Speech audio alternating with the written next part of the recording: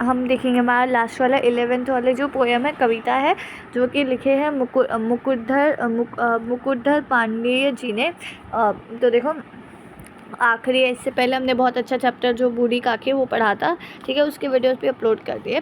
देखो ये वाला चैप्टर के मैं जो वीडियोस है वो 3 पार्ट में अपलोड करूँगी। पार्ट 1 में हम करेंगे ये वाले इधर से लेके इधर तक, जो कि भावार्थ के लिए आपको ईजी हो जाएंगे, ठीक है।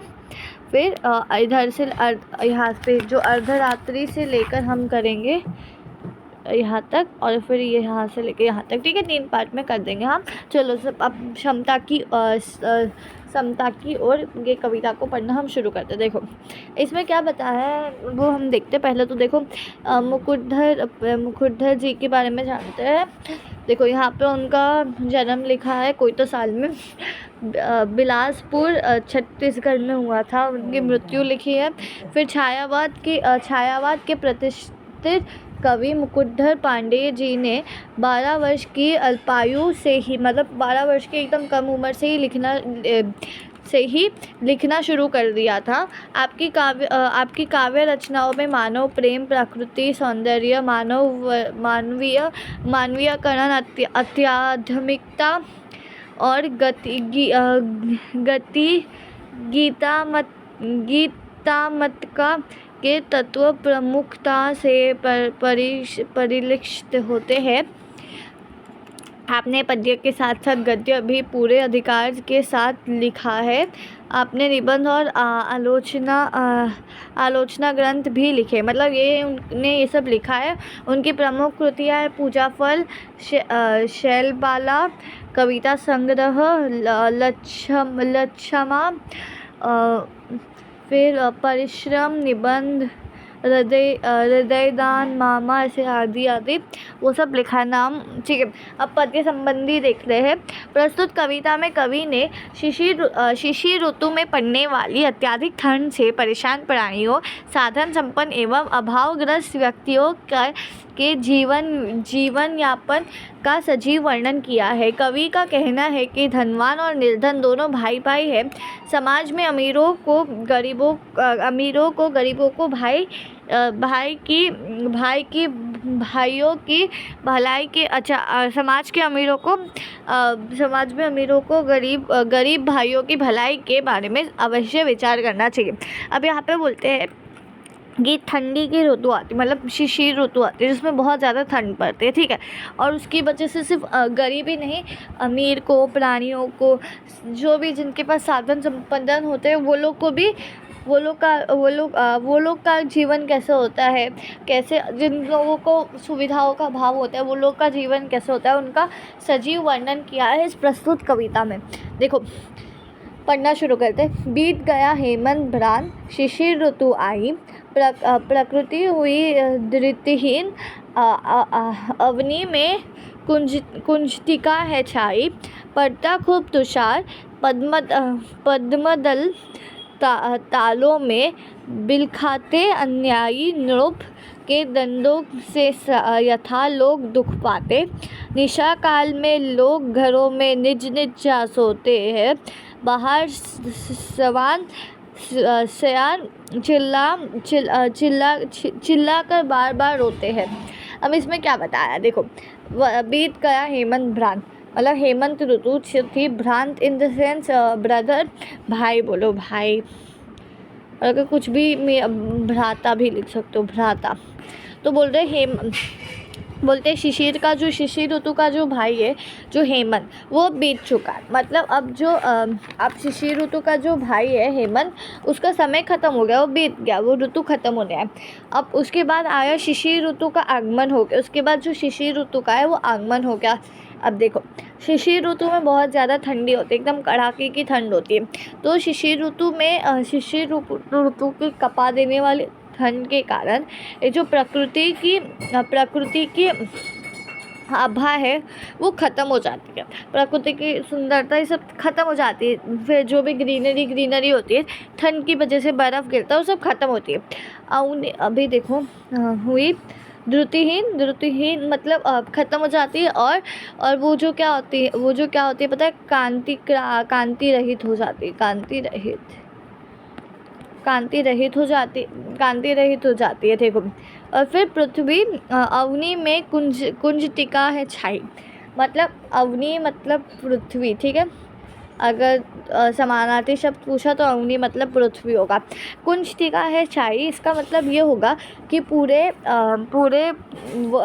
अर्थ पे ऐसा फॉग हो गया। मतलब कुंज टिका मतलब फॉग होता है, या तो आप ये भी बोल सकते हो, ऐसा बोल सकते हो, धुंध बोल सकते हो, ठीक है। अगर बोलना रहेगा तो धुंध, मतलब हर जगह धुंधलका छा गया है। पर अब अगला देखो, ठीक है। तो इतना ही पहले उसमें 2 लाइनों में बताया। देखो, पड़ता खूब तुषार पद्मदल तालों में, बिलखाते अन्यायी नृप के दंडों से, यथा लोग दुखपात। हाँ, तो पड़ता खूब तुषार का मतलब, ओके, तो अब तुषार मतलब क्या होता है? बर्फ़ होता है, ठीक है। बर्फ़, आइस, जो बर्फ़ होता है, तो ठंडी की ऋतु आ जाती है, ठीक है, तुषार की ऋतु आ जाती है, तब बर्फ़ पड़ने लगता है। तो अब देखो, पद्मदल मतलब, देखो अगर पद्म देखेंगे तो वो होता है कमल।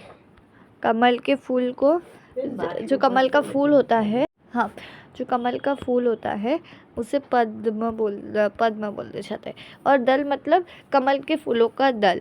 तो कमल के फूलों के दल पे जब वो बर्फ़ गिरता है तो उन्हें बहुत ज़्यादा कष्ट होता है, बहुत ज़्यादा उन पे बहुत ज़्यादा भार आ जाता है, बहुत कष्ट होता है उसके कारण। देखो, और वो कष्ट कैसा होता है? अन्यायी मतलब अन्याय करने वाले, या तो अत्याचारी नृप मतलब राजा, राजाओं की तरह होके दंडों की तरह होते हैं। जैसे अत्याचारी जो राजा होते हैं वो अपनी प्रजा को बेकार में अलग अलग तरह के बहुत ज़्यादा कठोर दंड देते हैं, छोटी छोटी चीज़ों में अपनी खुशी के लिए दंड देते हैं, तो प्रजा उसकी वजह से बहुत कष्ट झेलना पड़ता है, बहुत दुखी होता है। तो उसी तरह ये जो जब तुषार मतलब बर्फ़ जब कमल के फूलों पर गिरता है तो उन्हें भी ऐसा ही दर्द होता है। निशा काल में लोग घरों में निज जा सोते हैं। अब रात के समय में, निशा मतलब रात, या तो रात्रि का समय, ठीक है। निशा काल में लोग अपने अपने घरों में जाके निज मतलब अपने अपने घरों में जाके सोते हैं। तो मतलब यहाँ पे जो निज मतलब अपने अपने घर जाके सो जाते हैं लोग। पर बाहर जो रात को बहुत ज़्यादा ठंड होती है, उसकी वजह से बाहर जो स्वान और शराब, स्वान मतलब होता है क्या होता है? कुत्तों को स्वान कहते हैं, या तो कुत्तों को स्वान कहते हैं, ठीक है।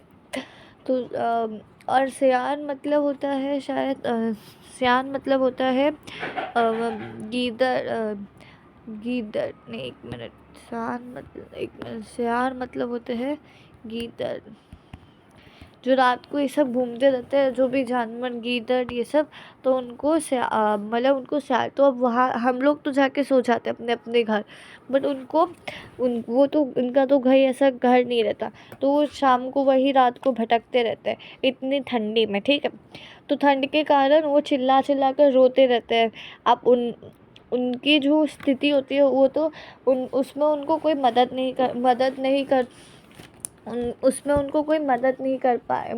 कर पाएगा ना, क्योंकि वो तो बेचारे बेसहारा है। असहाय ठंड की वजह से वो चिल्लाते रहते हैं। ऐसा कभी नहीं इधर इस वाले उसमें कहा है। देखो, एक एक चीज़ को समझ के लोगे, बहुत इजी है ये, ठीक है। तो हमने इधर से लेके बीत गया से लेके रोते रहते तब कंप्लीट किया, ठीक है। तो मैं एक भावार्थ उसमें से उसके हिसाब से जा रही हूँ मैं, ठीक है। फिर हम अगले वीडियो में अर्धरात्रि से लेके यहाँ तक कंप्लीट करेंगे। तो वीडियो अपलोड हो जाएगा, आज ही हो जाएगा, ठीक है। तो चलो, आई होप सो आपको समझ में आया होगा। बहुत ईजी एक्सप्लेनेशन दिया है और लिखना भी उतनी ही ईजी वर्ड्स में है, ठीक है। Thank you so much for watching. याद रखना जो कवि का नाम है, कवि में हिंदी में ये वाला आएगा, ठीक है, याद रखना ये, क्योंकि मराठी में ये वाला आता है। मराठी में ये वाला आता है ना, तो कंफ्यूज मत होना, कल एग्ज़ाम में यही लिखना भी हिंदी में, ठीक है। तो आई होप सबको समझ में आ गया होगा। और कवि है मुकुटधर पांडे जी, ठीक है। Thank you so much for watching. अगले वीडियो के लिए वेट करना और चैनल को सब्सक्राइब कर लो। अगर आपको नोटिफिकेशंस मिल जाएंगे अगले वीडियो को, या तो आप प्लेलिस्ट पर जाकर सर्च भी कर सकते हो, ठीक है। बाय।